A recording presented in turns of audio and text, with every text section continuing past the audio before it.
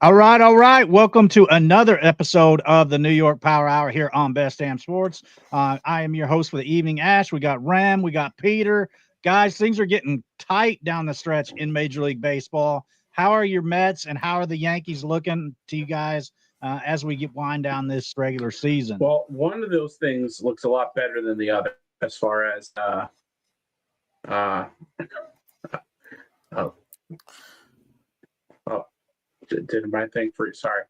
Okay. Yeah, it looks like you froze for a second. Ram, how do you feel Yeah, about the Mets and the way they're well, going? the Yankees have a lot more leeway than the Mets right now, right? I mean, the Mets still have a magic number, but their magic number is only for the sixth and final wild card spot in terms of final playoff spot. So their room for error is a lot less than the Yankees. Their magic number, I believe, going into the day was something like 9, and it's now gonna. I mean, I had to double check because of the fact that the Giants and the D-backs were playing each other, and so for the Mets, I mean, you're a little nervous, and there's also just a matter of like they've got to figure this out. Right, I mean, it was 9 going into the day.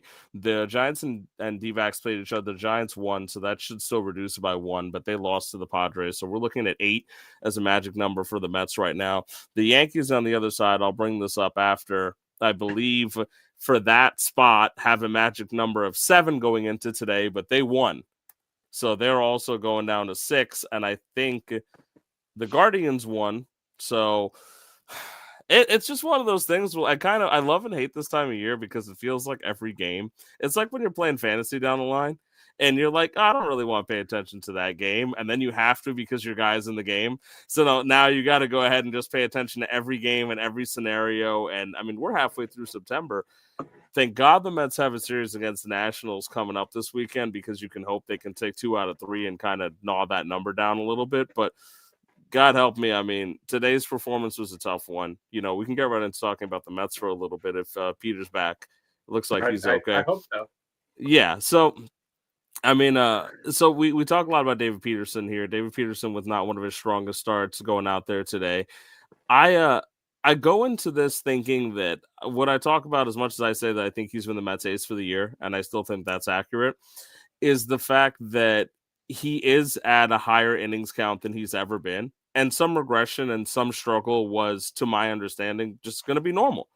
Right? I mean, you just don't expect a guy who's never pitched this deep to do it all year. Now, the fact that his ERA is still under 4 and the fact he's done it for as long as he can into mid-September, I'm extremely pleased. And I'm very happy, and I don't take back any of the things I said about him being one of the more underrated pitchers in the entirety of baseball.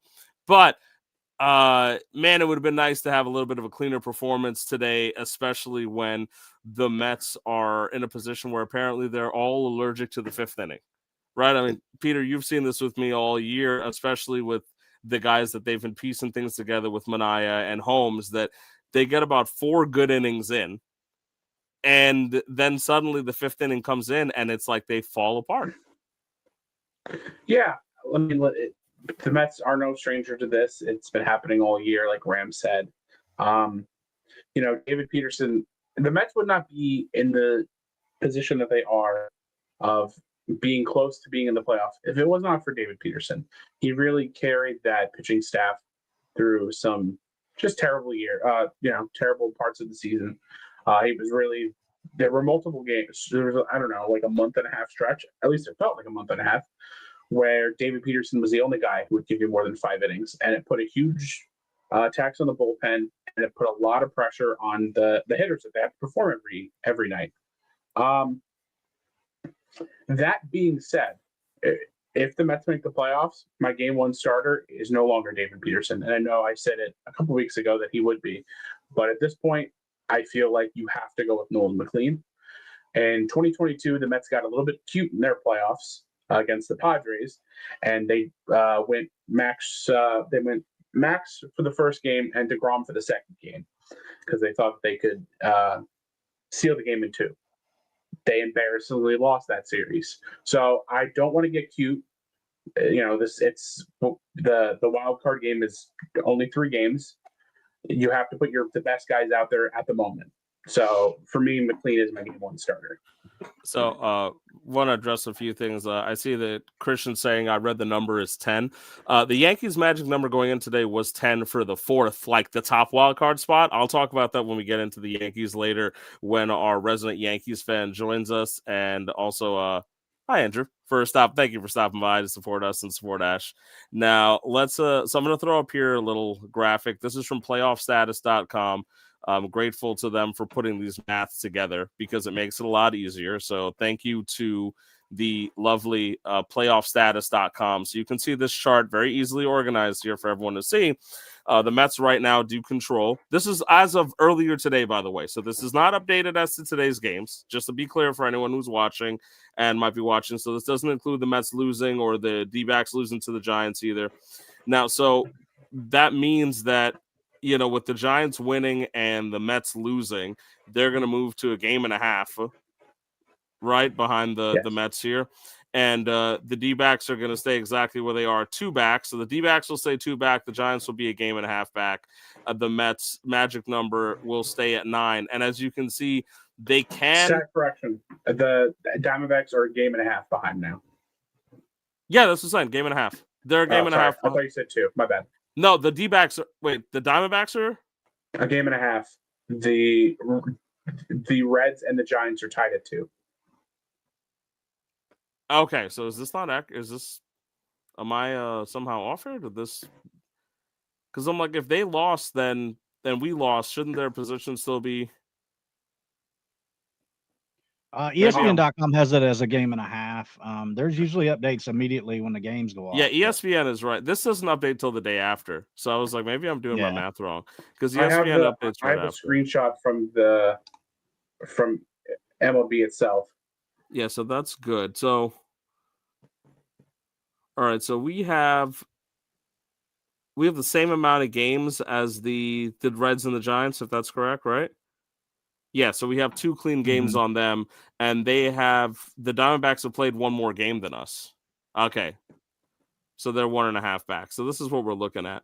So yeah, we have to beat the Padres tomorrow. I mean, this is a tough one because, I mean, regardless, there's no comfort in a 2-game cushion. And I think it was funny. I was having a conversation with someone earlier today about the fact that you don't even know what team to be worried about, because at first it was the Reds. Then it's the D-backs, and now the Giants are there too. So it's kind of a pain in the ass because of the fact that all these teams are equally probably sitting to them, like telling themselves, hey, you've got a chance to catch the Mets. And when you see some of the things that have happened this year, you know, Soto homer today and tied his career high. And I think it's hilarious because on paper, it feels like there's just no way the Mets should be this bad in their win-loss record. It just doesn't make any sense. We talk about this all the time, and I don't understand what exactly is off. I mean, this is a streaky team for sure. We don't even know how far they'll go if they can continue to stay on to the playoffs. But I've said it before, and I have to stick to it just because, even if it's like homerism, I do think they'll still make the playoffs. I don't know if they're going to make incredible waves, but I always believe it's about getting to the dance. I always believe that you need to just find a way in and figure it out. They do have creative and interesting guys that can make a difference in the playoffs if they can figure it out one game at a time. It's just a matter of getting there right now. And so we've got a big series coming up against the Nats after tomorrow's game, which you absolutely cannot overlook because you need to win every possible game you can. The Mets still control their destiny, and I think that's the biggest thing. At the end of the day, that with the lead, at least a couple games in hand and 1.5, I mean, I'll pull up the D-back schedule as well so I can take a look at it. But I mean, at this point, no matter what happened throughout the season, no matter all the crap that we've seen, if they can rip off like 4 games in a row or something, you can just create enough space to figure this one out. And God, like, it's just, I hope that they do. I honest to God hope that they do, because the division is out of sight. You know, Phillies clinched themselves their way into the playoffs and they'll be fine. But it's kind of ridiculous when you think about like all the things that have happened. I feel like we should have clinched by now. I feel like we should have at least had this wild card in hand. Absolutely. It's honestly a disservice to this fan base. I'll just bluntly say it. In the beginning of the year, Steve Cohen called us out saying that he wanted Mets fans to show up at the ballpark because the attendance was not great in last year. So what Mets fans do? We sold out the stadium most nights. Even in terrible weather, bad performance, they kept showing up. So I don't want to say we're owed this, but we're kind of owed this. We lived up to our end of the bargain. And I know obviously Steve's not on the field pitching or batting, but you wanted the Mets fans to show up to your stadium and fill it out every night, and we did. So it's it would be a big disservice to Mets fans if you don't make the playoffs. Yeah, and just for to make note, the Reds are at home this weekend against the Cubs. So the Cubs, I'm not sure if they're gonna play like they have, something to prove or not, because they've already clinched a playoff spot. I hope so not. I'm not sure how much of them. Too. What's that? The Mets play the Cubs too after Nationals, so I hope not. Well, I do think that the schedule and then over the weekend definitely favors the Mets. And the last couple of days were pretty encouraging out of the Mets. Yeah, they didn't win today, but the last 2 days, it looked like they kind of had their things back together. So, my opinion, the Mets are going to win this wild card. I don't think you guys should fret too much. Yeah, well, I mean, it's stressful. I'll bring up the schedules for the teams because I do think the Giants are probably in one of the better positions to make a run, considering they finish with the Cardinals and the Rockies at home. So they face the Dodgers, but then they have one of the more easier schedules. So the D-backs are off tomorrow, and they have a game. If we look at it right now, as if we can bring that image back up, I'm going to put this back on the stage. Let's say, for argument's sake, that it's a 4-team race. Right, the Mets, the Diamondbacks, the Reds, and the Giants, because the Cardinals are almost 5 games out, and they've also played an extra game, so we'll see how that works. I don't really feel like they're in a position or they wanted to make a run, so I'm not looking at them as let's say it's a 4-team race with these few games to go, right? So Agreed. Now let's take a look here. So I'm going to start with the Mets because it's one of the, I was just looking at that, and this is So the Mets, of course, finish up against the Padres tomorrow, and then we go on the road to finish off after our little home set against the Nationals here. So, hi, Luke. What's up, guys? Hey, good to see you, Luke. The token Yankees fan has entered the chat. Yes. So, as now we've got the Padres tomorrow. We've got the National Series, the Cubs, and the Marlins. So, of these, I mean, this is where it gets tight. You need to take 2 of 3 from the Nationals at least. You need to be willing to take 2 or 3 from the Marlins and that last weekend of the year on the road, even though they are historically always been a thorn in the side of playoff seeking teams in the NL East. So it's not an easy path, but they're gonna have to find a way to do this. I mean, with the magic number going into today being like 9 out of what does that remain? 1, 2, 3, 1, 2. So 6, 9, 10 games remaining. So it's gonna start taking a little luck, but you also still control your own destiny, right? And that's the big thing, controlling your own destiny down the line here. And that extra game tomorrow, I mean, if they're able to take that win against the Padres, it becomes a 2-game lead for everyone. 2-game lead for them, and then we'll see what happens with the Giants and the D-backs. The D-backs, this is their schedule going down the line here. Let's see if I can get this one up here. So this is the D-backs. So they're going home to face the Phillies, the Dodgers, and the Padres. And that is, depending on the level of effort from these teams, a really bad draw or a really good draw. Right? Well, the Dodgers and the Padres are going to go down to the final day, in my opinion. So I think those two teams have to play hard. Yeah, and I think that almost puts the D-backs in a tougher position because as they are looking to figure out what they're going to do in their division, that makes it a little more difficult for the D-backs. So they might have, I think at least on paper, have a harder draw than the Mets down the line, right? The Reds are going to be here. They are starting a 4-game series with the Cubs, and then they face the Pirates and the Brewers. So they're not necessarily. Yeah, I mean, they're staying within that area there in terms of they have 7 straight at home. They have 7 straight at home. Yeah. Pirates are a pretty easy draw at this point of the year. The Cubs, will see what happens in terms of how serious they want to take it. But same with the Brewers. So the Brewers may rest their guys that weekend too. Yeah, that last weekend we may not see much outside of some call-ups and little things going on there. So, hi Mac, how are you doing? So that's what the Reds are looking at. And then on the other side here, to wind it out, we have the Giants schedule. And the Giants, like I was saying, might have the easiest one here because after this Dodgers series, they face the Cardinals and the Rockies at home to end the year for 6 straight. I think the Cardinals might be out of it by the time they get to that series. And unfortunately for Luke, the Rockies will also be out of it by the time that we get to that series. I think the Rockies have been out of it for a little bit. They may have been out. They're just an unlucky team, and it's just, that's just the way it drew the season for them. Well, at least they have Hunter Goodman to celebrate this year. Absolutely. Just like the Hanshin Tigers just have Hunter Goodman to celebrate. Yeah, if the Giants can survive this weekend and stay in the race again, as they exit the series against the Dodgers, that's going to be tough because they've been playing so well of late, and that schedule next weekend is very light. So that is the one thing that would give me a little bit of pause. And I also would like to know, I have not projected ahead in that Mets-Marlins series, which Marlins pitchers are going to go. Because Yuri Perez, Ryan Weathers is pitching well since he's come back. And then you never know what Sandy Alcantara is going to do.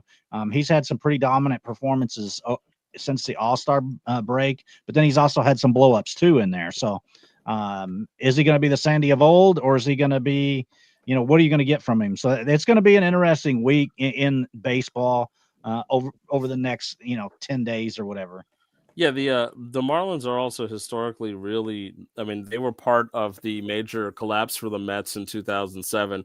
It was the Marlins series where John Maine on the second to last day struck out 14 batters and gave the Mets a chance at the tie going into the end of the series with the Phillies for 2007. And then Tom Glavine went out there as a double agent and gave one of the worst performances of his life. And Mets fans will forever hate him for it. But the Marlins were there. The Marlins will honestly always just double agent. I don't believe Tom Glavine ever enjoyed being a Met. I don't think he wanted to be here, and I absolutely feel like he played the long game and ruined our lives. So I'm not. I have the answer to your question, Ram. Ash, about who's pitching projected. Game 1 is going to be. I had the Mets, and I lost the Mets too. Damn. Come on, Peter. For Miami, it's going to be Manzer. I don't know how to pronounce that. Adam Mazer. Adam Mazer. Yeah. Game 2, Yuri Perez. Game 3, Weathers. Oh, I'd love that draw. For the Mets, it's going to be Perez and Weathers though is a tough matchup. That's fair, but I'll take Mazer and I'll take Perez. The Mets game 1 have McLean. Game 2, Clay Holmes / Mania. Game 3, David Peterson. Okay. Well, hopefully they have it wrapped up before the weekend, and we don't have to worry about it. But something to keep in mind with McLean starts, because this is a David Stearns run team. If he pitches more than 12.1 innings for the rest of this season, he loses his rookie eligibility for next year. So even if he's dealing, expect two 6-game innings out of him. No more, no less. Well, and we can't forget that the Mets did knock Yuri Perez around pretty good last month when they played. I believe he only threw like 2/3 of an inning in that outing and gave up like 5 runs to the Mets. So, there is precedent that he could get knocked around by them. Yeah, it's just gonna. You just got to win the damn games, right? I mean, the Nationals are coming in. I keep saying it. I've probably said it 3 times in the last 20 minutes, but you need to take at least 2 out of 3 in that series, in that Nats series. And also just get back on the right groove. You know, the Mets exploded yesterday against Michael King for some of the most offense they've had in weeks, like combined. And it was nice to see that. Like the home run ball was working, the home cooking was working. So we'll see what happens tomorrow. I'm hoping they can kind of salvage a game. Lost in yesterday's game, though, at least because they lost tonight, is the fact that they effectively piggybacked Clay Holmes and Sean Manaea. You know, when we were talking about the playoff rotation, I talked about the fact that I'd like to see something like this where they go ahead and they decide to say, hey, we take 4 from this guy, we take 4 from this guy, and we make that happen. I was really happy to see that put into action because it worked. It's going to be a trend you're going to see more of in the future. And I think the way that, you know, it feels like almost an obvious answer. You know, we joke about the fact that all right, the Mets pitchers can't get into the 5th. Fine, load up the roster with these guys. I mean, if you don't want to bring Holmes back to the pen in a traditional sense because you don't want to throw off his rhythm because he's now used to starting, use the piggyback situation. And you can use it with Peterson. You can use it with anybody you want, right? But you're going to have enough arms that you can do this. Piggyback your guys. Go 4-4. I mean, yesterday that worked brilliantly. The Holmes and Manaea situation got them out of the game, and it looked great. So and I also love the fact that you pair those two because you've got a sinker ball right-hand guy who's pitching to contact a lot, and then you have a left-hander who's using a lot of high movement on his pitches, crossfire action. I feel like it makes sense. You can't necessarily set up a lineup that you're essentially platooning your pitchers in a way. It gives you a small advantage. So you're going to have to just send a regular lineup out there. You're not going to send all your lefties up against Holmes because then you'll have Manaea out there. So vice versa. Like, I think it makes sense. I like that they did that a lot. I thought it was a good experiment to do now because I do think that gives an idea of something we might see in the wildcard series. You know, I know it might be a little terrifying for you to hear, Peter, and I'm not saying this is a joke because you were right in pointing out that the Mets got cute in their wildcard series with the Padres before, right? But I firmly think if they're playing this the way that they want to, if we get into like a 3-game series with anybody for the wildcard, they might send out somebody like Peterson and McLean in game 1, and then game 2, they might play the piggyback card and see if they can save a starting pitcher to start of the next series. And that may not be the best thing, but I feel like that's the vibe that they're going for. Well, I would be less upset about that. Well, it also depends on like who pitches in the last weekend. Like both McLean and David Peterson are projected to pitch the last weekend. Peterson, the last game of the season. So he's definitely not going to pitch game 1. So it obviously you can't put the cart before the horse. They have to get there first. Right. And while I do think they do make it there, they haven't exactly given me much confidence behind that statement. So, but baseball, it's a weird game, man. I mean, look at the Giants with Gilbert. When he first got there, everyone was saying that the Mets made a terrible mistake. There was a big tweet that went around about his energy with the guys in the clubhouse. You know, him and Chapman, you know, like choking him as a joke. He's had 1 hit since that video was posted, and that was like 2 weeks ago at this point. So the Mets are not the only team that's struggling in this spot. If any of them weren't struggling, they would have taken the last wild card by now. So it very much seems like everyone's just limping there, which is weird because we all projected that the NL was going to be a dominant all across the board, and it, you know, outside of the top 3, it just seems like it's just a bunch of underperforming teams. Yeah, it's funny because I mean I had the image up with the NL before, and I mean the Brewers, the Phillies, the Dodgers are figuring things, or the Cubs rather, because of the win count, right? The Dodgers and the Padres are still in the dog race, and then that last spot in terms of the playoffs between the Mets, the Diamondbacks, the Giants, and the Reds. Look, all I'll say though is that in so many sports we have seen the idea of like, oh, this team doesn't deserve to be here, and then they end up going on a run. You know, like I've seen that happen. I remember years ago in NFL when like the Seahawks got in because they won their division with like a under 500 record. And then people were, they were joking that, no, I think there was one year where they were like 7-9. They were 7-9 and they made the playoffs because they won the division. And then everyone joked. yeah, that the Saints had a first round bye, and then I had to watch them lose to the Seahawks. And I acutely am aware of this because it hurt me. So, I know that it can happen where, and I mean, look, the Phillies won the division last year, and they ran into a really, really impressive Mets team that just understood how to beat them. And a few of those games are going to be at home. And look, realistically, as much as we like to joke and trash talk, the Phillies have yet to figure out how to beat the Mets at home in a long time. Right. And so they can steal some games at home and they just steal one on the road or something like that. The Mets could beat the Phillies if they end up having to do that again. I'm sure they look forward to that type of thing. Yeah, I was actually having a conversation with a Phillies fan today about a potential playoff matchup and in the second round. He's genuine. If the Mets can steal one game at the bank before they head back to Citi Field, I can tell you that everybody in Philadelphia is going to be shitting their pants. Yeah, that's a lovely thought.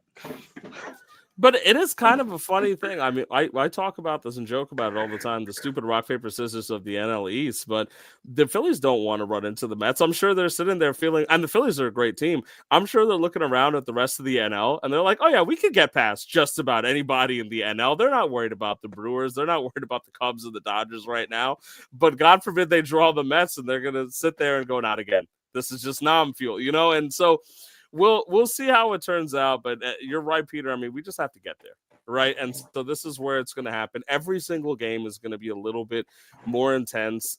At the same time, I mean, this is kind of what I asked for. This is the type of drama and the fun that I want in the baseball season.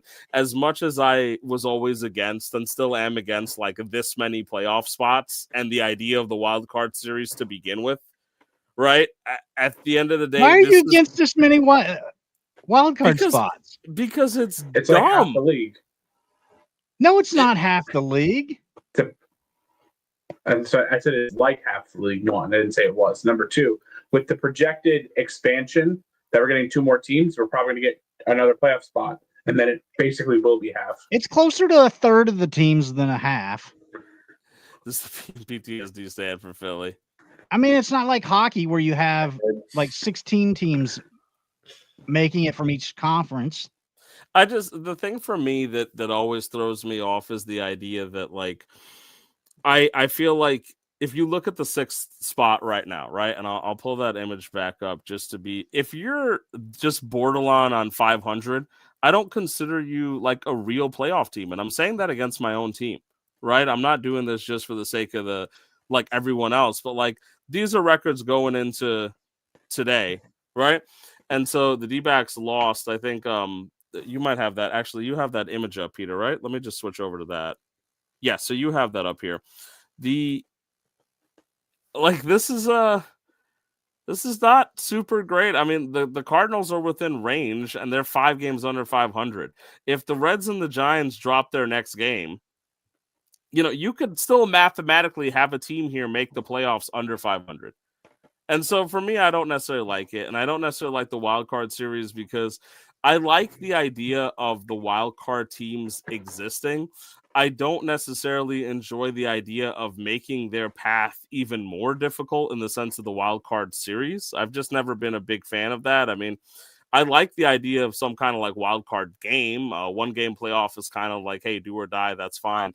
But an extra wild card series, I feel I just haven't wrapped my head around it. It's more baseball. I know that on the paper, it's a good thing, but it's just for me, I haven't been able to sit there and go, this is what I want. Like more teams. Cause I don't would have been decided in the National League like 2 weeks ago. And I'm if okay we didn't with have that. the expansion. That's fine. It's actually worse for the sport. But Ash, many teams that have got the first round bye have said that it affected them in negative ways. So now the team that is the best, now the team's that's the best in its in the National League or the American League is getting punished basically for being good. Put 2 more teams in. I'd be fine with that. So now you have 2 teams in a bye. No, if you put 2 more teams in, then nobody would get a bye. Because you'd have 8 from each league then.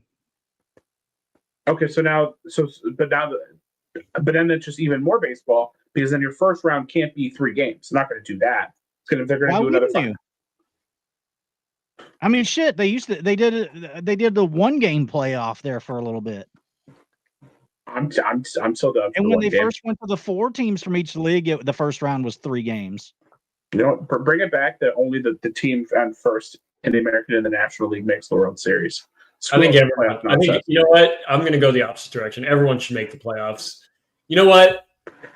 Fuck it. Everyone gets a World Series trophy. Thanks for playing 162 games. Like, here you go. This is exactly why I didn't ask your opinion on the discussion, because seriously I saw you, on this though.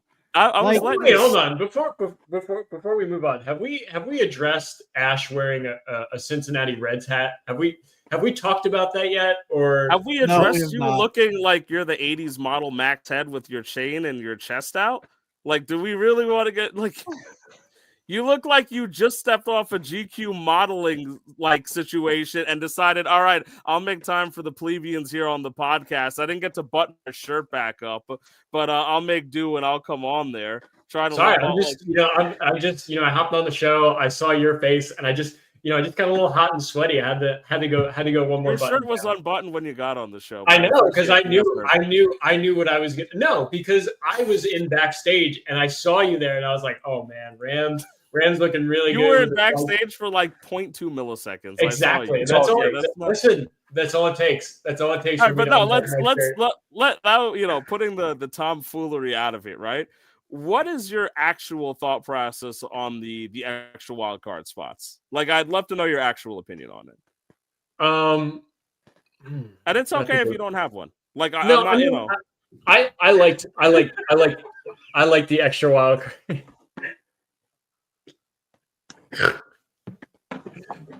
Ed, can you give Peter Tuesdays off? Let's throw that out there. Can you stop being an ass and just give Peter Tuesdays off? And I did not ask him to say that. Just to be clear, he did. Nope. He messaged me earlier today, and he said he's going to quit if he doesn't get Tuesdays off. Definitely didn't say that. God help me. All right, GQ, give me an opinion. All right, no, you can't just post by on the good looks. I need thoughts. I did like when they implemented the extra teams in the wild card. I felt that the 1-team wild card was a little too restrictive, and I hated the one game wild card. Like, it didn't make sense to me. Get a 3-game series in. I mean, it's kind of like you're playing throughout the year, and you're really figuring out who those last teams should really be in the playoffs. I've always liked the extra 2 teams in the wild card.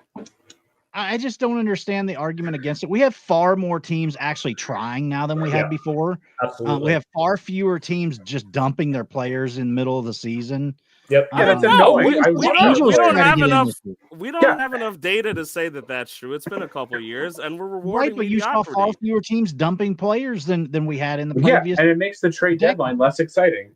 Listen, I'm fine with that. I want more teams to try to win. Yeah, that's because your owner's poor. We just got a rich owner. I want like more exciting things. No, I mean, look, the teams that are the teams that traded off at the deadline are being rewarded, Ash. The D-backs and the Giants and the Cardinals that move players off can stumble ass backwards into a playoff spot. That's not good for the sport for me. What? The Cardinals are not making a No, but mathematically, they're not eliminated on September 17th. Atlanta is not eliminated. Let's be real here. But come on, you know what I'm like. These teams shipped off their players, and they can still stumble ass backwards in. That's not the environment that I think makes sense, because I want more baseball, but I want good baseball. So okay, more teams are trying, but 3 out of the 4 teams in the 4-team race here have basically moved off their guys. And Tampa then even tried to get in. Tampa traded 4 players at the deadline. Anaheim tried. They failed. Under the old system, Anaheim would not have Anaheim. But look at what's right in front of us here. And they did try. No, they did try. And then they dumped off their players, but that was a one-off because they're stupid. I'm saying the position that they were in at the trade deadline this year, they tried to get in. And they should have. We saw more of that. The Reds this year, I was critical of the Reds as a meteor. A team. Royals signed free agents in the offseason the year, not this previous No, season. But the year look. before I that. want more trying to get teams in. to try. I do want more teams to try, but I don't think it's working the way that you're saying in practice, where they're doing it this way. These guys, I feel like it gives them the ability to say, "Hey, I can trade off at the deadline and still stumble into the playoffs." So I'm okay with that. I don't know. I mean, like, look at. I mean, look at. When did before last year? When did the Royals ever sign free agents? I'll wait. They got a new owner. No, they didn't. They did not. Yes.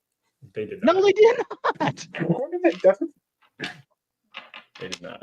But my point is, look at the other leagues, right? Look at the NHL. You have 18. You have 8 teams from each conference, 16 teams. It's the same thing in the NBA. Actually, it's worse. It's worse. Okay. It's worse in the NBA. I mean, what is it? 10? Is it 10 teams that make the playoffs? And it's like the last 4 in the play. Yeah, they have that play-in play-in bullshit and everything. now. Like, come on. Right. Like the NBA is so participation trophy. Right. And what was it? It was previously 8. At one point it was 4 teams from each league make the playoffs, right? And then they I moved think it's it. been 8 from each for a while. No. In the MLB. Oh, in the MLB, yeah. It was 4, then they moved it to 5, and now they've moved it. Shit. When I was a kid, it was 2 from each league. Right. Division winners only. Right. There wasn't a wild card. To me, like, hands down, and y'all can disagree with this, but NHL playoffs is the best playoffs out of any of the 4 major. I agree. Because there's very little distance between 1 and 8, right? In either of the conferences, right? And we've seen it. I mean, we've seen it in previous years where the 8 seed takes out the number 1 seed in the NHL in the NHL playoffs. It's exciting, and it's a gauntlet, right? Like, it's a gauntlet of 7-game series. You have to win 28 games before you lose 4 in a row, right?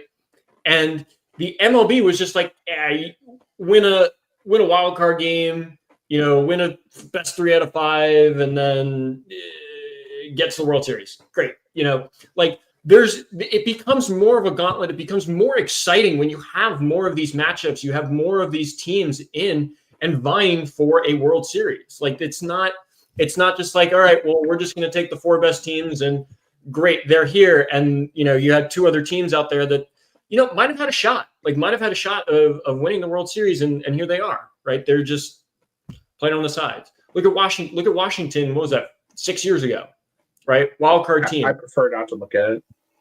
Yeah. Weren't the Rangers a wild card? Rangers were a wild card team. The D-backs were a wild card team. Yeah. Right. Both times that the Marlins have won the World Series, they were a wild card team. Yeah, but that was old wild card stuff. I That know. makes sense to me. Yeah, And I mean, you were touting the Royals free agent signings, right? I mean, I know you're doing it to be contrarian to me, but like, what is their bevy of signings? Carlos Estevez and Lugo in 2023. Lugo was a good signing. People no, but I'm saying, what is their the bevy of, like, Royals. okay, they signed one contract, like, congratulations, they signed a contract. I don't understand the You big, don't like, remember the winter of 2024 when everybody was making fun of the Royals for trying to obtain players? They made a couple of trades that offseason too that people were like, oh, what are the Royals doing? They should be dumping players, not acquiring players. people are always going to do that. And then they made the playoffs last year. The sports media is always fickle like that. Like, no matter what, when teams who have like had a history of being like smaller, but I think it's a matter of like, they don't actually sign that many players. It's not like they're going out there acquiring 4 or 5 guys. But they wouldn't have done any of those acquisitions. So like, they wouldn't have signed previously. 2 guys because they can't fall ass backwards. Lugo was a playoff big spot? signing. That Yeah, was a but huge signing. They would never have done that under the old system. Yeah, but that was one guy. Like, what? Like, all right, great. The Royals got Seth Lugo. Like, that means we should overhaul the whole system and give We don't 500 want more teams a teams shot? to be trying to get into the playoffs. I do, but I don't think that they need to be doing it this way. The Rays tried to get into the playoffs this year. Yeah, but the Rays were at trade one for point players. like in the division race this year. This actually made sense. Like, they were that good for a while. But what I'm saying is we have a deeper pool of teams that have tried to get in this year than we did under the old system. But I disagree. That's what I'm saying. Like, Peter, can you pull up the AL side of the wild card just like you did with the NL? Yeah, 1 second. Because like looking at the NL side, I mean, for me, these are teams that are lucky to end up in a playoff spot. I mean, I obviously the Mets have been trying, but if somebody told me the Mets didn't deserve to make the playoffs with the way Really, that they played Texas this and year, Cleveland are the only teams that have a chance right now in the American League. right? And they weren't making acquisitions like big acquisitions, were they? Texas was going out and trying to get players. Kansas City and Tampa have fallen off, but like they were trying to get players at the deadline. Yeah, but I think I gotta have to look at all teams, but I feel it's not the same for me. I feel like there's still this calm of I honestly feel like there's a calm of they're willing to just not necessarily do it because they can just move on. I mean, Seattle I give credit to, obviously, but they were going for their, they don't need to do it, right? I'm looking here for It wasn't just Seth Lugo, it was also Michael Wacha. good old That's Michael Wacha. That's the right. But Fucking hate that guy. If you don't remember the ridicule people were giving the No, Royals, I remember it. I remember it, but I don't. But see, I didn't ridicule them for a different reason. I looked at it in the sense of you should I think always try to sign players because if they're good, you can move them for other assets if you're not going for it. And if they're bad, then I respect you for trying. So I don't ridicule them. Just because someone's got bad opinion out there doesn't affect me. But I like Ed's point here. It does add more luck and kind of take away the skill aspect when you add more teams in it. It becomes more of a potluck kind of thing. And I do think disagree. that you should reward the teams that all season have been good. Fluky teams aren't going to win 3 series. They have. I dude, mean, that does happen. You just It's less mentioned- likely you than a just- good you- team winning 3 You just series. mentioned, But that you the Just Rangers made the and argument for wild card. But you're rewarding the good teams with a bye in the first round. And I know you're going to go back and say, "Oh, okay, well, So sometimes that's it's a tough detriment." one because I agree with the fact that a buy is generally a reward, Luke. Like I do. Right. It just seems to be Because you have to win. You have to win less games, right? You have to win less games to get. mathematically, right? And you It get makes to sense. rest. Yeah, like and the I saw bye this the last obviously. 2 years with Atlanta. Atlanta was terrible after the bye, both But that's years. the thing that's so. I feel like with baseball, it might be one of the few sports that like the bye is actually like almost a disadvantage, right? And teams Yeah, have but talked Look at about the the fact they feel- Dodgers. Look at the Dodgers last year. Look at the Yankees. Yeah, look at the Yankees last year, right? Yeah, no, I mean, they feel like there's some disadvantages to it. Some teams do great out of it, right? right. I mean, we talk about it all the time. How much momentum helps. You want to get hot right before you make the playoffs, and then you get hot right before you make the playoffs, and you don't play for a week or a half a week. Mhm. It definitely affects. I'd rather the them guys. add 2 more teams to solve that then. That way you get no buys. I think you're going to see something like that. I mean, if we It's could gonna come happen. to a middle It's ground, definitely going to happen. yeah. I mean, when they do the realignment and we do that, I'd be willing to And shake hands expansion. at something like that. Like if you tell me like we do the expansion, there's 8 playoff teams and there's no buys, I could shake hands on the middle on that. I agree with that because I'm fine with 8 teams out of like now. Granted, it's going to go on longer, right? But I'm not necessarily against more baseball. I like more baseball. So I just think that the nature of baseball as a sport is not using a buy the way they want to use it. It's not the reward they want it to be. And No, so, I agree yeah, with yeah. that. I agree with you. think that's kind of my like if I had to make an actual talking point that I said that would be my and Ed seems to agree, you agree that if you give me a situation like post expansion that we have like 8 teams going in and there's no buy, I will probably vibe with that. I will probably say, you know what, this is fine. And I do agree that hypothetically on paper that should force more teams to compete because you have a real shot of getting in that way. So I would probably shake hands on that and say that makes a lot of sense to me if you can remove that buy, because that I think is if enough teams have already complained about it and they say it throws off their rhythm, Peter, you were just talking about it. Momentum is the biggest thing in baseball. It's just getting hot into the playoffs at the right time. So if this is a sport that the bye is not actually helpful, screw the bye, give them more baseball, give them the advantage, and I'm okay with that. I would accept that. And we know the expansion's coming. They've talked about it. We're going to get to, 32 teams? So we're probably going to have, 2 16-team leagues. And if you divide that by 4, we got 4, 4, 4. So 4 divisions of 4 teams each. And it's possible that you have a playoff team from each of them there. And that's not even including a wild card if you do that, right? So that's one option to go about it. You have 4 division winners on each side, and you just have them have at it. You might not even need the wild card anymore. But I doubt they'll go about that too, because like you always They'll want to have that. they'll probably have two. If they do that, I would assume they have 2 wild card teams in each side as well. I assume so, right? Because then that makes it a Yeah, that still has the 6 teams from each league. that makes it a problem because then we have to Yeah. have a bye. So I think you'll get 8 total. You'll have 4 division winners each- and then 4 wild card. I agree with Luke. I think that would probably be like 4 and 4 would probably be the way to do it, right? Because then it's 8 on each side, and it gives the wild card shot opportunity. I mean, 4 wild card teams sounds psychotic, but I do think the idea, like, there are going to be some years that they're going to be from the same division, right? I mean, we look at the AL East this year, and it's the same thing as hockey, right? So you have 8 teams making the playoffs. Your 3 division winners get the top 3 spots, and then everyone else fills in behind. Here's my one concern I have about that. It's just that these series are now going to be longer. Like the season's going to be longer, and baseball is an outdoor game.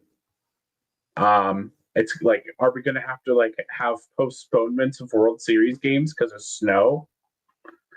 That'd be cool. Start the season a week earlier. I would, yeah. I mean, there's got to be it's going to be a testing period. Make But it also, 140 games. I watched them play ball. I don't think they'll ever do that.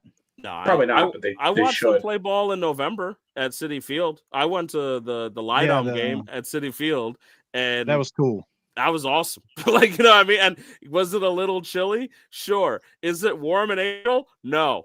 So, like, I'm absolutely okay with just, like, moving the season up a little. And if you want to deal with the cold I feel like there's options here, and that's a good thing. You're not locked into one way of doing it, and I think it would make a lot of sense to go ahead and say, hey, because 8 does make sense on each side. You know, if we're going to still have an American and National, you have 4 teams and 4 conference winners, 4 division winners, whatever you want to call it, 4 wild card teams, and match them up 1 to 8, nice and simple. And that would be fine. I'd be okay with that. I'd agree to that, because if you're telling me there's 32 teams and half the league is getting in as a playoff, at least with an opportunity, it's a lot for me, but it also mathematically works out the best in terms of giving everyone a fair shot to make it to the playoffs. It eliminates the bye week problem. And so we should be okay with that. I'm fine with that idea. And maybe that's what we'll see what happens. If we do get that expansion announced, though, I can't wait to see the talk about what the divisions are going to be, because we have seen some absolutely bonkers thought processes of what the divisions are going to be, if they're going to make them strictly geographic. I mean, Luke, we can't have the Mets and the Yankees in the same division, can we? No. That would be awesome from a baseball fan perspective. No, that would be awesome. There is a novelty to the Yankees and Mets rivalry, and having them in the same division just totally destroys that. I think if you do something where it's very possible that you see, like they said, like Mets, Yankees, and like Phillies and Red Sox, like people would die. I absolutely think, like, if the 4-team division, yeah, let's do that. Like, people would Let's actually, Put it in there. if it's Mets, Yankees, Phillies, and Red Sox, like, actual human lives will be taken for these matchups, and I don't want that. You guys as might long have as it they all right. maintain a balanced schedule, though, you could get all 4 teams in. That's what's crazy. You'd end up getting, I think, down south there, Ash, you might get that Nashville expansion with the Braves and some of the teams out of Florida. Nashville. Yeah, you're going to want a brand new team to get easy wins off of. Yeah. But Nashville's one of the popular spots. I'm a Portland. big I fan definitely want to see. I want to see personally. If it was me, just like as the baseball czar, it would be Portland and Montreal. So Montreal is actually my heart and my number 2 always. I want Montreal to get that team back. I've been in Montreal, and they are dying to have baseball. And if you did have Montreal, you could do Montreal instead of Philadelphia. And you could also have Montreal and Toronto. I mean, you should have a second Canadian team, I think. So I'd be okay with that. If you want to get real weird, give me Montreal and Mexico City, and let's like really screw everything up. I'd love to do that. I would love, but honestly, and you guys are going to think I'm nuts, but I've been a proponent to go to 40 teams, and Mexico City would be one of those teams. Yeah, let's do a 20-team playoff. Like, no, I'm not going that far, but like my thing is, baseball expansion has not kept up with the rate of global population. Mm-hmm. And there's more people playing baseball than there ever has been in history. So expand like you would. I mean, Why do we still have the same number of teams that we had in 1996? Like, that doesn't make sense to me. There's so No, many more. There's so much more population now. The expansion does make sense to me, especially since they took the minor league teams from me. I mean, I'm okay with it. But don't get me started on that. Yeah, but that's one of the things that I'll always my whole Rob Manfred is going to hell thing starts in the minor leagues. I'll never stop on that. But when it comes down to like the realignment, I think it's going to be absolutely chaotic, and I do kind of look forward to those discussions because there are many ways to piss off half or more of the fan base by doing that realignment a certain way. And I have faith in Rob Manfred to pick the worst of them possible. So that's why, because Luke, I happen to agree with you.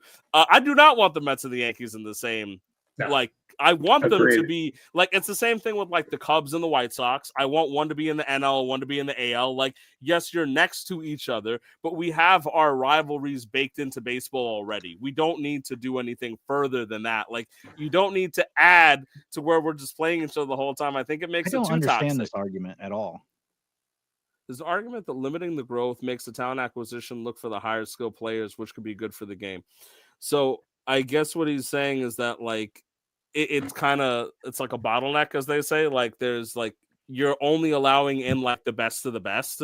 But see, I don't agree with that. I think you notice the skill level differently. You notice how great someone is when the top player and the worst player, there's a greater delta between the two. And it just comes across as more obvious and more spectacular if there's a larger delta between the top and the bottom.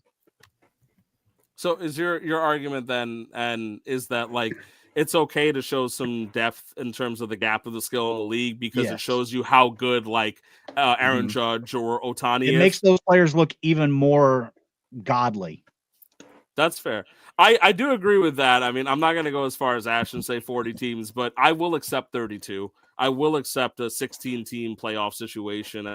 It might be a little chaotic, but I accept it mathematically because it avoids the bye and allows people to see more baseball, because the idea of an expansion is always a good thing for me if we're talking two teams, because you want to expand the markets. And that's why I'm like, I'm crazy. I do Montreal and Mexico City. I'd make players go down to Mexico City and drink that water because I want them to expand it that way. We've already done they've done games. I don't care about elevation either. I don't care about it. Let's do it. Let's get whatever, como se dice humidor in Espanol. You know, like, let's get that fucking working in Mexico. Find a way to merge the NPB and the KBO into Major League Baseball while we're at it as well. I'm totally serious. I want to see a global product. I would love I mean, when the World Baseball Classic is going on, you're gonna hear me like podcast. I'm gonna be on here like recapping World Baseball Classic games because I love the World Baseball Classic. I'll firmly, I've said this multiple times that like global fans make American fans look shameful when we talk about baseball, right? Like you've got crickets like going on in like a U.S. versus Japan matchup, and your average fourth inning 0-1 game of Puerto Rico versus the DR, and you can hear them like yell and scream, and I love that kind of stuff. And why is Puerto Rico not just part of Team USA though? Like, we don't have a Team Guam. That's definitely a conversation that four guys at a podcast should not be answering. So don't make me tap the sun. I will say I only say that to dig at one of our viewers. So yeah, I'll be suspended for 6 months, so I can't actually go into that topic. But I look forward to the World Baseball Classic. But yeah, I think it's a good 32. Thank you, and I agree with 32. I don't know about 40, but I do think we're in a position where there's enough talent to do that. And I would look forward to seeing something like that. I mean, in my lifetime, we haven't seen some kind of like crazy dispersal draft type of thing. Like, I want to see something like that where we figure out how it happens. It's been so long. Right. Like, I want the shakeup. I think it'll be good for baseball. Yeah, I mean, the last time it happened was like David Need to the Rockies. Like, I don't even really remember that, to be honest. I think that was 93, right? I think the Rockies were 1993. Oh, yeah. The Rockies were before the Diamondbacks and the Marlins. Yeah, I think the Rockies. No, the Marlins were with the Rockies, Diamondbacks and the Rays. Because Fred McGriff, I believe, was a selection of the Rays. Yes, because Crime Dog did play for the Devil Rays at that time when they were the Devil Rays, and then due to some changes, they're now just Rays. But I remember some of these guys. But Luke, since we have you on and we haven't tortured you enough, let's at least talk about the Yankees for a little bit, right? I mean, they are working through their magic number. The Blue Jays, though, looking like they're actually closing off the division too. So apparently we're just looking at where we thought we were going to be. The Blue Jays win the division, the Phillies win the division. Exactly what we all had months ago. But how are you feeling about it? I mean, it looks more increasingly that the Blue Jays are going to take the division, but that the Yankees' playoff chances should be very much secure in hand, right? Are you majorly concerned about the division, or you're just like, no, it's fine, we'll make the playoffs and we'll figure it out? It looks like, the way it's lining up right now, it looks like we have a home matchup against the Astros in the first round, which I'm okay with the way that they're kind of faltering at the end. I think the one thing that makes me nervous is going out to Seattle and having to play in Seattle, especially with that rotation. And obviously, going up against the Red Sox. I mean, that'd be really cool. That'd be really cool wild card matchup, Yankees Red Sox. I'm rooting for that, by the way. I have to. Yeah. I mean, we saw Mets Phillies last year. Our version of that, and we love the hell out of that, mainly because we won. But we love the hell out of that, right? Yankees Red Sox wild card situation is got. I mean, there's got to be a party that hopes for it. Yeah, no, absolutely. I mean, it's exciting. It was exciting. It was exciting. What was that? I think it was either 2020 or 2021 wild card against the Red Sox. I know it was a 1-game series, but I definitely tuned in for the first 7 innings, and then, just watching Garrett Cole shit the bed was just embarrassing. It's just embarrassing. And, but yeah, I'm looking forward to it. I think I saw on ESPN today, I think the Blue Jays have a 99% chance of locking up the division. So I think those hopes have sailed for me. What was interesting, though, on ESPN, World Series probabilities, the highest World Series probability, according to ESPN, belongs actually to the Yankees at 12%, which was really interesting. And I think the Blue Jays were down at like 6 or 7%, maybe 8%. I can't remember, but I think that's exactly where they want to be, though.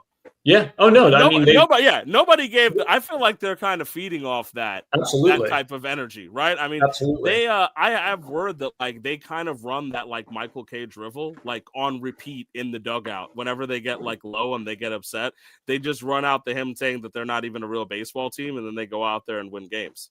I've been told. It makes sense. Yeah. Yeah. I mean, good for them if that's what gets their game going, but. Yeah, I'm sure they love being the underdog. I'm sure they love, pointing at the Yankees and calling them the evil empire. I mean, just like the other, 29 teams in the league. So it is what it is. I mean, I know we have a good team. The bats are coming alive. I think the starting rotation has looked pretty good. The bullpen's faltering, but I don't know. I feel like Jeff Hoffman pitches every single game of any series that the Blue Jays are in the playoffs. Yeah. But I think you got, you talked last week about the distance between the Mets and the Yankees, and they are in different situations now too. After a few games have passed, the Yankees can breathe. They may not have the division, but their playoff spot is relatively secure, one might say. And the Mets are in a position where in 5 days, we may not even see them in the picture. They may not even control their own destiny. So you guys do have the room to breathe, which must be nice, because I don't know what that feels like right now. And it's SJT. I'm tired and stressed of that stuff, because I would just like to know that we can find our way into the playoffs this year. And to see the matchups. We will see. Is there anything on the Yankees side that you wanted to point out? I know Luke Weaver didn't have the greatest week, as we found out from our friend Chris, who was lamenting it, right? But Devin Williams looked pretty sharp with some of his pitches again. So, I feel like do you feel comfortable with your bullpen is actually the question I'm going to lead into going into this last week and into the playoffs. I think going into the playoffs, I feel a lot more comfortable with the Yankees bullpen than I do the Blue Jays bullpen, right? We're not dependent on one guy, right? And we've seen this time and time again in the playoffs. It's a 5-game series. It's a 7-game series. You're throwing the same guy over and over again, night after night. There's a factor of fatigue. on his arm, and then there's also fatigue on the batter seeing him pitch. So if that's the Blue Jays game plan, they're just going to throw Jeff Hoffman out every single night. I don't think that's a recipe that's going to work. The Yankees have a bunch of different arms that they can go to. It's just been a ride on the struggle bus right now with the bullpen, getting them together. But there are names out there that I would feel comfortable pitching. Fernando Cruz has been good throughout the year. Luke Weaver has been good throughout the year. You mentioned it before. I mean, Devin Williams has struggled at points in the year. He's also looked just fine throughout the year. And David Bednar is David Bednar, and hopefully Camilo Doval can figure it out and learn how to pitch in New York. So there's names that you can go to in the bullpen that I feel good about. I feel even better. Honestly, this is one of those years where I feel I almost feel the best in terms of a rotation, right? I feel like there are guys that can take us 6 innings. Boone isn't going to have to sit there in the fourth inning and wonder if he has to go to the bullpen. And again, you're adding to that fatigue. You have the Carlos Rodon, you have the Max Fried. Those guys are going to try to get you 6 innings. Cam Schlittler's look good. Luis Gil can get you 6 innings. So you have that reduction of fatigue on the bullpen, which will only strengthen them a little bit more. Yeah, I will say, to your credit, as much as I'd like to mess with you, I agree with you completely in terms of, although there have been moments where the bullpen has faltered, if you look at it on paper, the Yankees are better equipped in the bullpen than the Blue Jays are right now. And I think that that's going to come up as a major point of contention in the playoff series, because we've seen the world move towards more of bullpen series than ever before. And even your elite starters, you might even ask them to go 5 to 6 maximum in a situation in the playoffs. So you might be looking at minimum 3 to 4 innings every single game out there from your pen. And you need to have different options, different looks, and things like that. So, good for the Yankees in terms of that. And I agree with you on your assessment. I think they'll be fine. Do you feel like if you're going in as the wild card, right? Who is your game one? Are you going to Fried? Are you going to, do you have an automatic for you? It's no doubt. It's Max Fried. It's Max Fried game one. And then depending on game one, do you pitch Rodon, or do you go maybe Schlittler, Warren, Heel, game 2, and then save Rodon for game 3. And if you win game 2, great. Rodon's available for game 1 of the ALDS. I'd definitely go that route. I mean, if you're going Fried 1, which I think is the logical one, I would definitely heavily consider Schlittler for game 2. I want to see Schlittler out there because I think that, and the way that Peter talks about McLean and the fact that he'd probably run him out there as game 1 for the Mets in a wild card series, I think you reward the kid with the way he's pitching. And Rodon has had some experience pitching in big spots before. Keep him as your backup for either game 3 or let him start that series game 1. And I think it works out for both ways. That would be the way that I would go about it. I would say my first option would be Luis Gil, just because he's done it before. But I can't disagree with your argument on Schlittler. He's pitched well. He's stepped up in a big spot for the Yankees. During a time when the rotation didn't really look great, he was the bright spot. And he's just continued to pitch well. So, but I think for me, my first option would be Gil, as long as he continues pitching to the level that he's at right now. I think that's fair. I might have been a little bit more fond of your argument if he didn't get blown up against the Twins today. I'm pissed at him for that because I have him in a league and he hurt me personally. But no, speaking of things that hurt us personally, since we pretty much capped the hour, we can take a few minutes to lament about the horrible state of football in New York that is not the Buffalo Bills. And then before, I did want to point one thing out on the Yankees though. Like, we need to not gloss over the fact that by far they have the best run differential in the American League. It's funny that you say that, because I was looking at that recently, and to be fair, I was looking at the Mets too. And again, we were talking about that gap, and there's a huge gap between run differential between the Yankees and the Mets. So the Yankees have far exceeded being a playoff team throughout the season.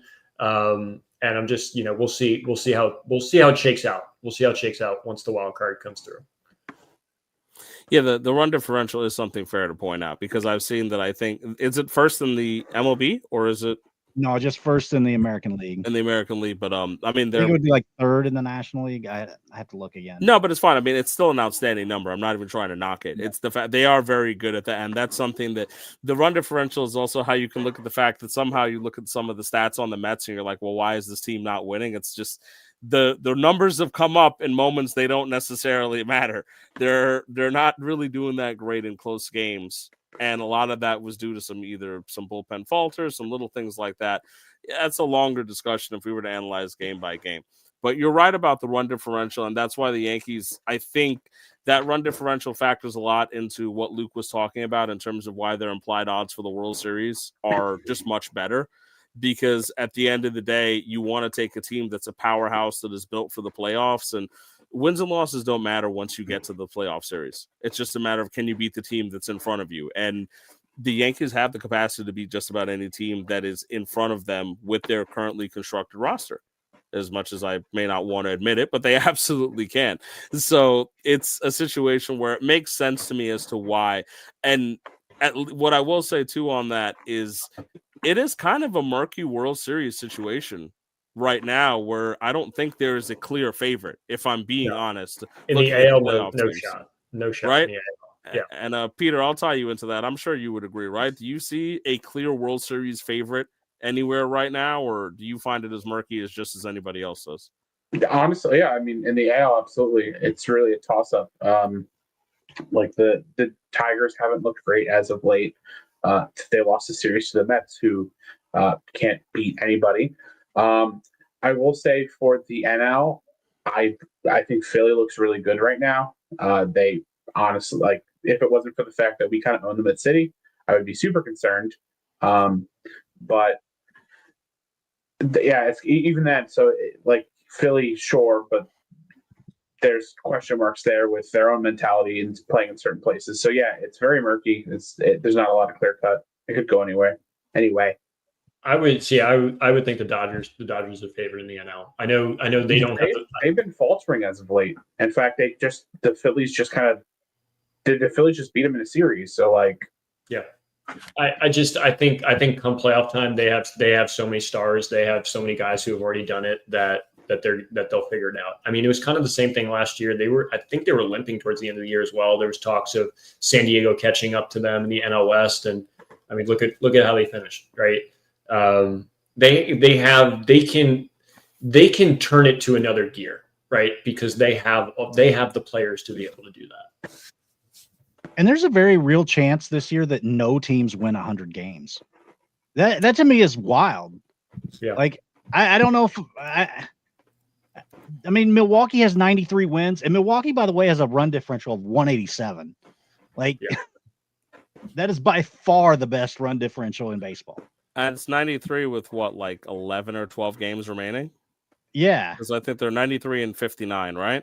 So that means they have there's not that many, about 10 games or so remaining. So if they go there, you're right. If they're the closest, we could actually see a no 100-win season for. There's only two teams with 90 wins or better right now. And that's the Phillies is the other one, right? Yeah. Yeah. Does nobody in the American League have 90 wins? No. 89. Toronto has 89, and that's the most. Damn. Yeah, none of that makes sense to me. I'm not even like that's. It sounds like a joke, but like the idea that we're sitting here on September 17th and we're like, oh yeah, the best team on paper in the American League are the Toronto Blue Jays, and they have 89 wins. Yeah, with a run differential of 87. Like, I mean, that would be very mid pack. Let me look and see where that would be in the National League. They would be at least fourth. In the National yeah, they would be fifth in the National League. Yeah. Yeah, I mean, Peter talked about the fact in terms of the top heavy National League situation right now, and that's exactly what we're looking at. The cream has risen to the top, and then we've just got a whole bunch of guys that are happy to be there, the Mets included, that they have a chance to be able to still be able to be invited to the dance. And a lot of that does have to do with momentum. I mean, you correctly pointed out the the Tigers, Peter, right? I mean, even the Brewers, although they have a really, really solid record, were on absolute fire and they've come back to earth a little. The Cubs have been dealing with injuries and a PCA regression and trying to figure things out, but they're still a very dangerous team.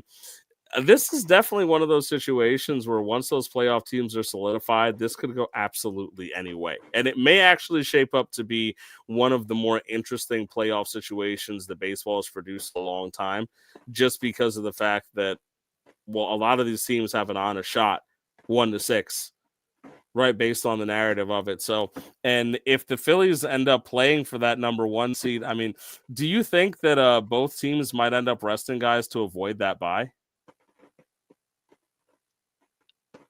To avoid the bye? Yeah, do you think that there's going to be any talk about one? I don't think any teams try to avoid it. I realize the last 2 years there's been teams falter that had the bye. Right. And as an Atlanta Braves fan, I saw this 2 years in a row. I think actually what hurt Atlanta more so last year was how the off days fell and allowed Philadelphia to start their best pitchers. If they would have just played games on consecutive days, the pitching matchups would have gone a little better. But so would the Blue Jays get the bye? On the AL right Blue Jays now? and Tigers right now. It's almost a lock at this point for Blue Jays Tigers. Right, because the Astros and Mariners may not necessarily well, the Astros are leading that division with a run differential of 27. The Astros did they take the lead back? The Astros are only they're one up by game half behind the are only one game behind the Tigers though, no? Are they? I believe so. I clicked off of it to the scoreboard. Yeah, they're one really? game back of the Tigers. No way. Oh wow, Tigers only have 85 wins. That's what I'm saying. Like it's like my brain is struggling to wrap around the idea of what we're talking about. When you talk about Toronto's leading the AL with 89 wins, the Tigers only have 85. They're only one game up on the Astros, and the Astros may not even win their division. Oh my gosh. But the Astros may also win their division and also overtake the Tigers because, as Peter pointed out, their momentum is kind of flatlined. Because I'm thinking of the Yankees here as an 85 win team in the wild card. I'm like, all right, well, Tigers must be way better than them. But I mean, that's wild. The Dodgers only have 84 wins. Like, wow. I mean, in the offseason, if you'd have said that the Dodgers only had 84 wins right now, you'd be because based on exact positioning right now, it would be Mariners and Red Sox, or it would be Yankees, Mariners at Yankee Stadium, and then Red Sox and Astros. Right, and at Houston, right? Yeah, for 3, yeah. And then the Tigers and the Blue Jays would get the bye. And on the on the national side, we would have Mets, Dodgers, right? Yep. Yeah, I will say I'm hoping that Toronto can break the Canadian curse because, the last year that Toronto won the World Series is also the last year that a Canadian team won in a Stanley Cup. So you still think Edmonton's going to win a Stanley Cup? Yes. 2026, it's our year. Yeah, 2024 was too. And 2025. We made it to Game 7. Where were the Rangers? I know you did. Where were the Rangers? Did you hold the cup at the end of the series? We still made it to Game 7. When's the last time the Rangers were in the finals? 2014. Okay. 2014. Yeah, but neither of us won, so who gives a shit? I mean, there is something to making it to the finals. There is. But you got to win it to break the curse. Who has more championships? Definitely the Oilers, because you guys had Gretzky, Messier. Scoreboard. Yeah. Okay. You and your little Cincinnati Reds hat. You keep talking your smack. What team do you root for in baseball? I can't tell anymore. Put a front runner. I do have 3 All right, teams. yeah, I would be a front runner. He's not even rooting for a represented. team that has a playoff spot. In my screenshot, I have 3 teams represented. But I if got the we're Red doing Sox, historical, don't Braves on the the wall, and then I've got Oakland over here. So wait, how many teams historically Stanley Cups do the Rangers have? Not a like it's a legitimate question. I think 2. So don't the Leafs have like more than both teams? Can I actually have something for once? Like historically, don't the Leafs They have don't Yeah, want but two of them 50s or 50s. something. It's been a while. Yeah, but if the Yankees get to do it, shouldn't the Leafs get to do it? I mean, they How many do. the Leafs but- have? I actually don't know. I think the Leafs have like 13. It's not even a like Is it really? it might have been like before segregation, but I feel like they've got like a few of them. I mean, Is I that don't know. I back don't when know like if there was he's like out a of segregation, there but- was like a challenge thing like Yeah, because the Leafs, I don't think the Leafs have won a Stanley Cup. I think the Leafs are sort of like the Jets in the sense like the Jets won their title in 1969, right? I think if that was the Namath Bowl where he sold his soul to the devil for a Jet Super Bowl. And I think that the Leafs were around that time. It was like 67 or something like that. That might have been the last like official Stanley Cup that they won. The Rangers, here we go. The Rangers have 4 Stanley Cups. The Oilers have 5. So, and the Rangers have been in 11 Stanley Cups, and the Oilers have only been in 9.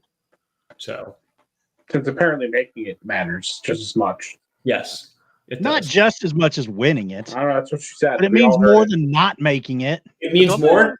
I'm It sorry. means more What than is this, not the making American it. Conference? Get out of here. It means the mostest. God help me. Well, no consolation prizes are going on in football, by the way. I didn't even want to talk about it, Go but Bills.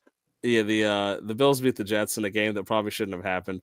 But I will say something. If anyone sat down to watch that Cowboys-Giants game on That was Sunday, phenomenal. that might have been a early contender for one of the best football games this entire Absolutely. season was going to provide. If anyone actually did see it, if you didn't go watch the highlights, Russell Wilson at least, turned back the clock for the matter of 4.5 quarters. And 4.5 is a very specific thing because for half of that last 5th quarter, he did not turn it back. But he was very, very impressive. And it was a 40-37 defeat for the Giants. But I don't know if Dallas's defense is that hamstrung and that horrible, or Russell Wilson also found the fountain of youth. I don't know if it's column A and column B, but that actually was one of the most entertaining football games of the year so far and will probably be a contender throughout the year. I couldn't believe that one. Heartbreaking loss for the Giants in a season that they may not be going anywhere anyway. At least they can see what they had in Malik Neighbors. It kind of confirms the fact that there's a real superstar over there. But on the Jets side, holy shit, did they suck? And Justin Fields is on the Giants, right? Like I know you touched on it, but Malik Neighbors is elite. Like there is no doubt. 100%. There is no doubt in my mind that he is elite after that game. The book's still out for Russell Wilson, but I mean he was tossing the long ball around and he was just hitting Malik Neighbors. I mean, short of that, basically punt on 3rd down that Russell Wilson just tossed it downfield to the Cowboys secondary. Other than that, I mean, he looked really great. And 60-yard field goals. I can't think of the guy's first name, but Brandon Aubrey. Brandon Aubrey is just a sick kicker. Like there is no better long distance kicker than him in the league right now, and that's hats off to him for making the kick at the end of the 4th quarter and at the end of the game, and also hats off to Cam Scatterbo for taking over the number 1 role in the running back. I mean, he took it from Tyrone Tracy. You can only hope because Tyrone Tracy's not good. And I gotta give Russell Wilson his credit. He's not. I mean, you got to think about something. Devin Singletary was their lead back, and he sucked. And he sucked so bad that Tyrone Tracy took over. But not because Tyrone Tracy is good, because Tyrone Tracy sucked a little bit less than Devin Singletary.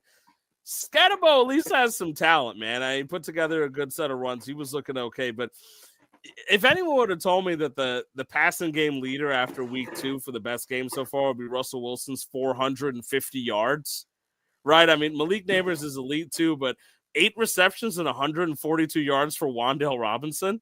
and 61 for Slayton. Russell was slinging that damn ball. Oh, I gotta yeah. give credit where credit's due, right? And that was what I'm saying. Dallas might have the worst defense in the entirety of the NFL. Then apparently they trade Michael Parsons. They have no idea what to do. But that was it was also Russell making some pinpoint perfect throws. I mean, that second touchdown catch in the fourth, he was face masked and held as he was catching the touchdown. Had to make that catch blindly, secured it. One of the best throws and catches I've seen in the year. And Luke is right. I mean, Malik Neighbors is absolutely elite. I don't think it's a question anymore that this is a guy that could really, really do something special. So we don't have to talk about the Jets, Peter. Like, what did you have any thoughts on this game? Did you get to see any of it? I did not watch that game. I had my fill with football with New York, and I was good. I didn't need any more. And Yeah, I can't wait till next week because Justin Fields has a concussion and will not play. So the Jets will be starting Tyrod Taylor. It's going to be so much fun. I can't wait. Also, They're not going with Mike White. Mike White actually got signed this week, by the way, to somebody's practice squad. Hold on, I will let you know right now. I think it might have been the Bengals. After I think it was the Bengals because of Joe Burrow being yes, Mike White got signed to the practice squad along with Sean Clifford because they're moving Brett Rypien up as their backup to Browning, Jake Browning. It's just so cool because I was told all offseason how excited I should be for Justin Fields, and all the Jets fans that I don't know like to lie to themselves are like, oh guys, we scored like 32 points in the first game. Justin Fields, he looks so good. Oh man, we're really going to surprise people this year. And then the Bills decided to show us what a good football team looks like, and Josh Allen wasn't even particularly great on Sunday. Like his passing yards, they were kind of pedestrian, but every time they needed a first down, he got it with either his arm or his leg. The running game was solid. Cooks ran all over us, did whatever the hell he wanted, and we could not do a single thing against that defense. They beat our quarterback so bad they gave him a concussion. So, the only bright side I could think of is maybe this is the year that they actually have a successful tank.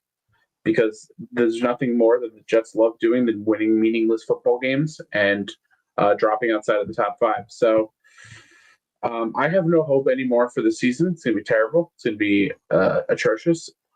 There is a chance that Robert Saleh is still our head coach. He's just in disguise now because I see no difference. Granted, it's only 2 games, so I will hold off full criticism. But this team looks just as undisciplined as it did under Robert Saleh, which is a huge problem. And it's annoying. Look at that. Justin Fields, 3 for 11, 27 yards. And I'm supposed to be excited about that. That's what's supposed to get me going about look at the Jets. They got just like. Yeah, but I didn't watch the game. But was it Justin Fields or was it the fact that he was getting pressure throughout the game? Because even when Justin Fields wasn't getting pressured, he would overthrow his receivers. I would say as good as Fields looked in game 1 against the Steelers is as bad as he looked in this game.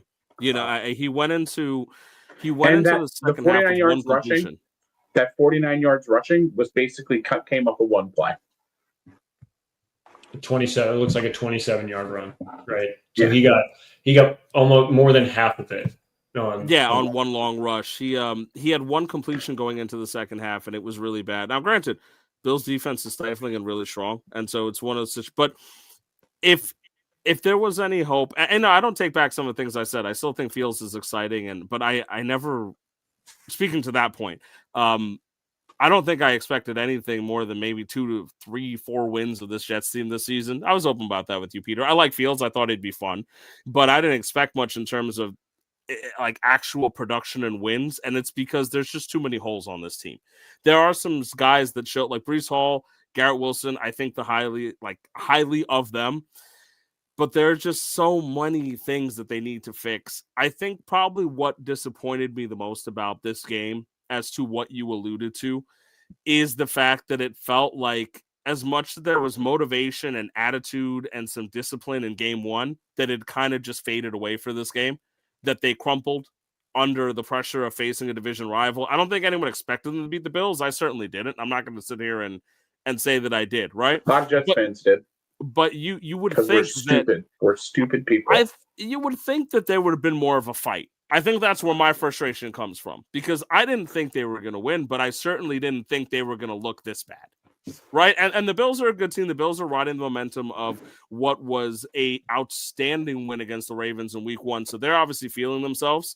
And the Jets were on the opposite end of that, where they might have played better if they won that game. Maybe there was a letdown. But at the end of the day, this is a team that still needs to show up and put in effort, even if they're going to go 0-17. Right. And so if I see you undisciplined, those are the things I look for, because whether Justin Fields excites me or not is more so of a playful topic. It's not an actual thing based on the future of this team. It's more so the idea of, like, can I watch these football games? And when I watch, do I see you making stupid penalties? Do I see you putting an effort? Like, you cannot allow James Cook to average 6.3 yards and rush for 132, as Peter said. That's just in your face, terrible effort. Right? You can't put out a situation where, I mean, yes, Fields was just not good, and maybe Tyrod Taylor will look normal this week, and it's going to be that standard. Like, how much it feels like standard Jets lore that Tyrod Taylor is going to go out there and dink and dunk to a win next week, Peter, and then people are going to be like, see, the Jets can make this happen, and then the week after he's going to throw like 4 picks because, like, it's just standard Jets thing. But, that sounds about right. Huh? That sounds about right. No, 100%. Like, I've watched them long enough to understand where I think it's going to happen. But again, the lack of discipline is the problem, because what I just want to see is, I was happy with game 1 because even in the loss, which I expect them to do, there was effort, there was energy, there was discipline. Cool. Respected all of that stuff, right? You showed up to play the damn game. This was kind of embarrassing. And realistically, the touchdown to Tyrod Taylor from Tyrod Taylor to Jeremy Ruckert in garbage time was exactly a garbage time thing. This should have been a 30-3 game where they got completely embarrassed. And it looks 30-10 looks a little bit more like salvageable, but it really wasn't. We know that it was essentially like a blowout the entire game. I think they went up 14 early on and just never really looked back outside of like the one field goal. So it's just, I hope they show up next week, because Can I say something about this box score here too? The numbers from Josh Allen and James Cook do not look like a team that put up 30 that won 31-10. Right? Like, Josh Allen 14-25 for 148 points, James Cook's 21 for 132. Right? Like, it didn't look like they beat the crap out of him, but the score shows that they beat the crap out of him. And to your point, it's probably lack of discipline, poor field position management, right? And that's how you give up points. I mean, that's how you give up points on a team that, I mean, really didn't even look like they were trying, right? Like, Josh Allen putting up 148 yards and 59 rushing yards, like, that's nothing. So yeah, you're correct on your first point. A lot of it has to do with penalties. At one point in the game, it was I think it was 14-3, and the Jets got the stop on third down, and then Michael Clemens, for no reason, hits Josh Allen in the face mask, and they get an automatic first down and they score. Yep. So it's just, that's been last year. That was the Jets' problem. It seems to be the problem again this week. And the schedule is not necessarily getting easier. You play the Buccaneers, who I'm very high on. I think they're a really good team. The Dolphins kind of suck, so I apologize to everybody that has to watch that Monday Night Football game. Then you play the Cowboys, who just put, one that you guys were saying was the most exciting game this season. You play the Broncos. It doesn't get much easier. It does not get easier. It does get better. The slap in the face too, by the way, if anyone is a longtime Jets person and paying attention, one of the touchdowns there you can see off 2 carries was Elijah Moore. And I know that they did that on purpose, because Elijah Moore is actually a former 2nd-round draft pick for the Jets, and the Jets couldn't figure out what to do with him. And a lot of people were saying it was his fault. And I'm sure that that's one of those, like, hey, Elijah, the Jets are getting blown out right now. Do you want to rush the ball and try to score? Right. And so I feel like it's just, at the end of the day, all you can do is kind of laugh. Like, yeah, Elijah Moore is scoring a touchdown against us rushing wide receiver, failed 2nd-round pick for the Jets. But of course, the Bills will find a way to let him figure it out. Not a fun game. Luke, you're right about the fact that on paper it doesn't look like one of those things where you're like, oh, Josh Allen threw for 400 and just pieced up the Jets, right? But just I don't know if I can find it, if it's on the same thing here, but the penalties was a problem. I mean, no, yeah, you're right.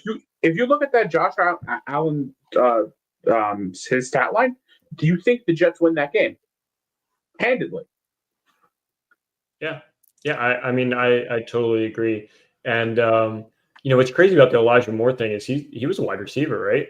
Yeah, he is still a wide receiver. He's still a wide receiver. Ash, do you know where Elijah Moore went to school? I do not. Ole Miss. Hotty toddy. I don't remember. Yeah, he was a wideout. I got the Rebels shirt on today. Yeah, he is an Ole Miss. He was drafted in the second round. I was very excited when the Jets drafted him out of Ole Miss, and they just never came to fruition with them. And that was your first mistake. You never get excited about Jets draft picks. You go to the Jets, you're cursed. You're right. Just to harp home on the point that Peter was making too about the Jets, I'm going to pull something up about. It's actually funny because the left-right is actually Bills and Jets on the right. The Bills actually had more penalties than the Jets in this game and more costly ones, but it was the timing of the penalties for the Jets that hurt them. And, of course, the turnover and the fumbles lost. But the time of possession is also the thing here. I mean, they took the time off the clock. The 17-minute differential there. It's one of those, like, classic run the ball down their throats thing. And that's what they did. Their time of possession dominated the ball. And the Jets were quick 3-and-outs, or Justin Fields was looking as lost as a deer in headlights, and they couldn't put it together. So I don't know if better days are ahead for the Jets next week, but perhaps they're not going to lose as bad. That much might be the moral victory that we get out of it. As for the Giants, well, they've got Malik Neighbors, and they can't complain about that. And Jackson Dart did get a few package plays. One of the funniest parts of that game, by the way, is Brian Daboll had decided to start platooning his quarterback, and Jackson Dart had a few moments in that fourth quarter too. So you might see a little bit more Dart, but Russell Wilson's doing his best to shave off the Jackson Dart moments and keep his job intact. All right, I've got my misery out, so we're good in that regard. We got all that through. This is nice. We've already gone for 90 minutes, so unless anybody wants to talk about anything else, we can start wrapping it up for the night. If anything's burning off any of your chests, you can say it now. If not, we'll start cycling out and we'll finish up for the night. All right, cool. No takers. Good. We don't have anything else to cover. No hockey, no basketball. I love it. All right. Wait, hockey training camp starts. And the Rangers did pick a captain, and it's going to be JT Miller, which is really exciting. Really exciting. It's kind of interesting too because I believe the Rangers drafted him, traded him away, ended up in Vancouver, and then obviously traded for him at the deadline last year. So kind of a redemption story for JT Miller, and I guess Chris Drury, Mike Sullivan, and co. have full faith in him to captain the team. So that's the Rangers news. Today is the start of training camp, right? Yes. Okay, cool. I'm still learning the hockey thing, so yeah. I can't promise you I'll pay attention to the Rangers, but I will at least learn hockey terms. And we're right on the cusp of preseason. Like it's right around the corner, and it's the first week of October. 6 weeks away from the start of this regular season. Like, yeah. Oh yeah. I'm excited. I'm excited. I saw a picture of Chris Drury in an Anaheim Ducks jersey, and it made me really sad. Maybe he'll trade himself. I got a pamphlet from my friend who originally got me into hockey, and the top of the pamphlet says that nobody actually knows what icing is, and I don't have to worry about that. And I appreciated that because it helped me understand the game a lot more. So I still don't know what icing is, but we're getting there. I will learn these hockey terms at some point or another. You will learn. But then they traded the guy that I liked, so I'm still very upset about that. I'm not over it. I'm not going to pull up Marner again because that was enough. But my poor guy, he's so unhappy. Anyway, what do we? So let's finish up for the night here since we've gone our 90 minutes. We've gone a New York Power Hour and a half. Peter, what do you have for me to finish off the night? So there's one thing that's become abundantly clear to me with the Mets. We just got off an 8-game losing streak. And last night's game was the best they looked in a while. Ram, you mentioned They did the piggyback pitching with Manaea and Clay Holmes, and had some home runs, some real timely hitting. It was really good. But what caused these things to happen? Especially as a Mets fan, we look for signs, things we can grab onto. We rode a McDonald's mascot all the way to the playoffs last year. We look for these signs and these hopes. Well, I don't know if you guys know, but Katya Lindor, Francisco Lindor's wife, played the violin for the national anthem before the game. So I am proposing that we have her perform on the violin before every Mets game, if not for the reason that Lindor, whenever anything is involved with his family, he always plays well. So I Katya for president. She's already the queen of queens, so let's just make it the whole United States, and let's ride it to the playoffs. So let's go Mets. Ash, what do you have on tap to finish us off for the evening? Bills, Dolphins tomorrow night. I'm looking forward to it. Guys are too young to remember, but the Bills and Dolphins were pretty big rivals actually in the 90s. It was always a fun game, and there was a lot of bitter feelings toward each other on those teams. So looking forward to seeing them. Anytime the Bills beat the Dolphins, it's good by me. So I'm surprised you didn't stop to talk about how Bud Crawford's the pound for pound best fighter on the planet, honestly. And I wouldn't have blamed you. Oh my God. I wouldn't have Bud blamed Crawford you. is better than Floyd Mayweather. I'm going to say it right now. Bud Crawford is better than Floyd Mayweather. I'm going to agree with Why him. you act shocked, Luke? I don't Floyd like Mayweather. May be the most overrated fighter in the history of boxing. I'm gonna take Bud, man, because I thoroughly. Why are you fighting with me? I'm just like, wow. Yeah, I'm adding dramatic pose. I have no clue what you guys are talking about right now. But I like that. I'm really happy that he won. I saw that fight, thoroughly enjoyed it. He did clearly win that fight for what it's worth. Far be it from us to get in a combat sport here, but Bud Crawford put on a hell of a show. I thought you would mention it. I was expecting you to kind of go on to a Bud Crawford thing because I'm thinking team sports here when we're on the show, so it's I just totally blanked it. But yes, Bud Crawford, maybe my favorite fighter of all time. Oh, and rest in peace, Ricky Hatton. I don't know if you saw that. Yes, Ricky Hatton passed away. Yeah, that was really young. sad. 46 years old. So, yeah, far too young. Yeah, boxing, great Ricky Hatton passed away. That's a shame. Anytime I see these guys pass away, at that age, it kind of shakes me because I'm like, that's way too close to home. That's way too young. But as for me to end out the night, I've been reading for a couple weeks. If you're familiar with Citi Field at all, if you approach Citi Field for a game, there is a dog outside that sits alongside a gentleman. And my understanding of the situation, and in today's day and age, we have to be afraid if we say anything wrong. So forgive me if I get this one wrong. But to my understanding, the dog is equipped with a shock collar, and the owner leaves it outside every single game and asks for donations to take photos. He puts sunglasses and a pipe in the dog's mouth. And this is something we've seen at Citi Field for a long time. A few people off Reddit have decided to start protesting that, making reports about that. And we have our final, this is the final homestand of the year for the Mets as they finish the year on the road.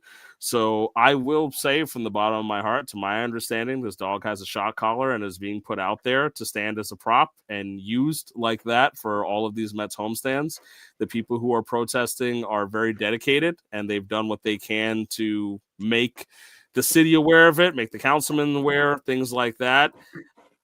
Go ahead and take an interest in it if it's something that bothers you the way it bothers me, but also be aware that the people who are family members of the owners of the dog have apparently threatened and tried to dox and cause problems for the person who organized the protest. So it is a messy road, but I've seen that dog out there even in the middle of 100-degree days where it sits there without water and the shock collar is covered by a bandana. Without water? Yeah, it's and Peter's nodding because this is something we've talked about in Mets. I'm under the impression that people have called animal rights groups and things like that, and because it's a situation where I don't know if he gets tipped off or something, or it's not an actual abusing, he's not physically hurting the dog or something. They say that he gets away with it. It's a bit of a murky situation, but for me, I would rather the dog not be used as a prop. I don't like the idea of that happening regardless, even if it's a happy and healthy dog. And that's why I want to be clear about this.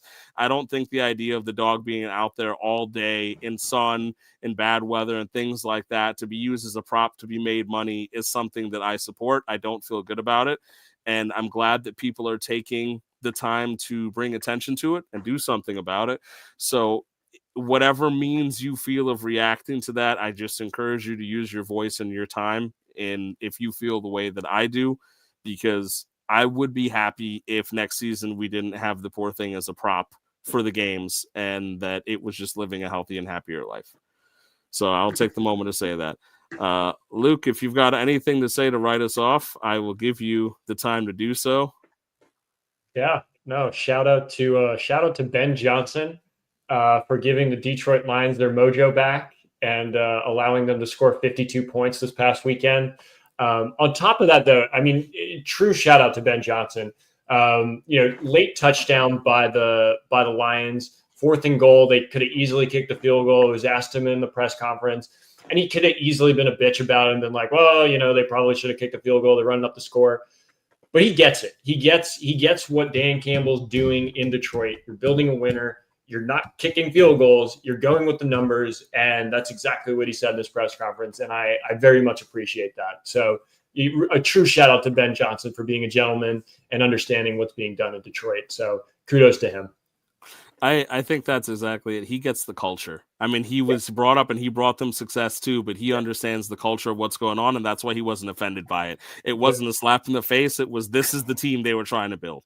And he didn't make himself bigger than it. He understood. He'd been in the system for the last 3 years, so there was no surprise to him.